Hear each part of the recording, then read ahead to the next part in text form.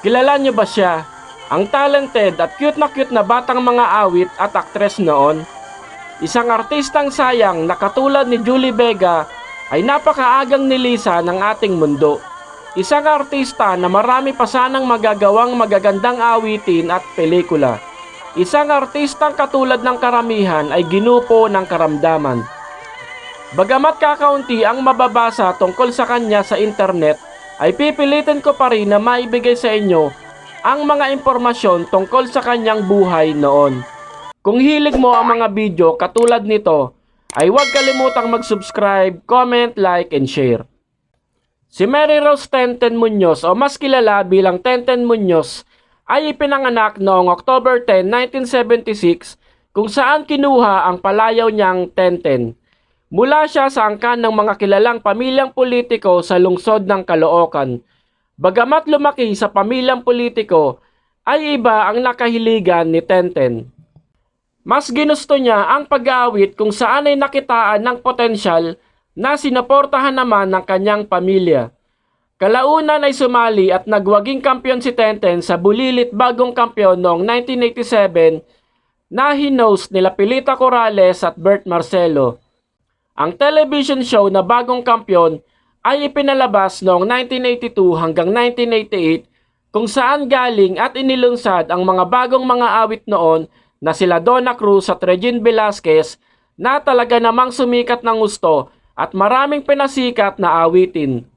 Imagine, kung buhay pa sana si Tenten ay malamang nakahanay niya ang mga pinakamagagaling na mga awit sa ating bansa ngayon.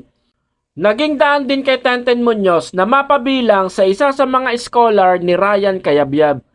Dito ay naging miyembro siya ng isang vocal group na 14K kasama ang mga sikat na mga awit din noong dekada 90 na sila Tony Lambino at Jeffrey Hidalgo. Hindi lamang sa kanyang karera naging matagumpay si Tenten dahil maaga siyang umibig sa katauhan ng isang RJ na hanggang sa huling sandali ng kanyang buhay ay hindi siya iniwan nito.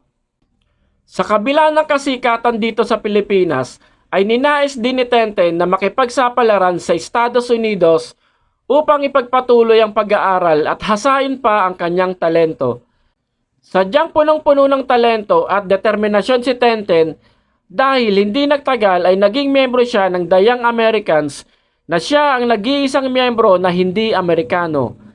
Kinilala rin si Tenten na isa sa 10 pinakamahuhusay na mag-aaral sa buong Amerika. Taong 1991 ay nai-release ang kanyang hit song na Kaba. Si Tenten Muñoz ang orihinal na kumanta ng Kaba na ni-revive ni Tutsi Guevara noong 1999. Nag-perform rin siya sa iba't ibang concert bilang isa sa mga panauhin at napakaraming TV shows. Hindi lang sa pag-awit nakitaan ng potensyal si Tenten dahil noong 1989 ay nakasama siya sa pelikulang Barbie Made in the Philippines na pinagbidahan noon ni Joey De Leon. Sa pagbabalik ni Tenten sa Amerika ay mayroong hindi inaasahang pangyayari na lubos na ikinabahala ng kanyang pamilya. Isang araw ay bigla na lamang nakaramdam ng pagkahilo at lagnat si Tenten. Agad rin naman siyang pinatingin sa doktor. Sa pagsusuri ng doktor ay isang malungkot na balita ang kanilang narinig. Si Tenten ay mayroong cancer sa kanyang utak. Dumaan naman si Tenten sa mga gamutan at procedures, ngunit sadyang ang sakit na dumapo kay Tenten ay hindi na kayang malunasan. June 12, 1996, si Tenten Muñoz ay pumanaw sa edad na 19 na taong gulang.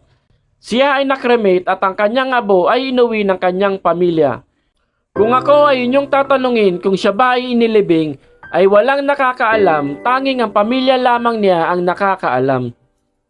Masasabi kong isa si Tenten Muñoz sa mga pinakasayang sa mundo ng showbiz sa ating bansa. Sa murang edad at rurok ng tagumpay ay mawawala na lamang bigla. Gayunpaman ay nag-iwan rin naman siya ng kantang hindi makakalimutan ng mga Pilipino. Katulad ng ibang mga awit at artistang maagang nilisa ng ating mundo, Tenten, you will be missed. Hanggang dito na lang guys, thank you for watching. See you on the next video. God bless.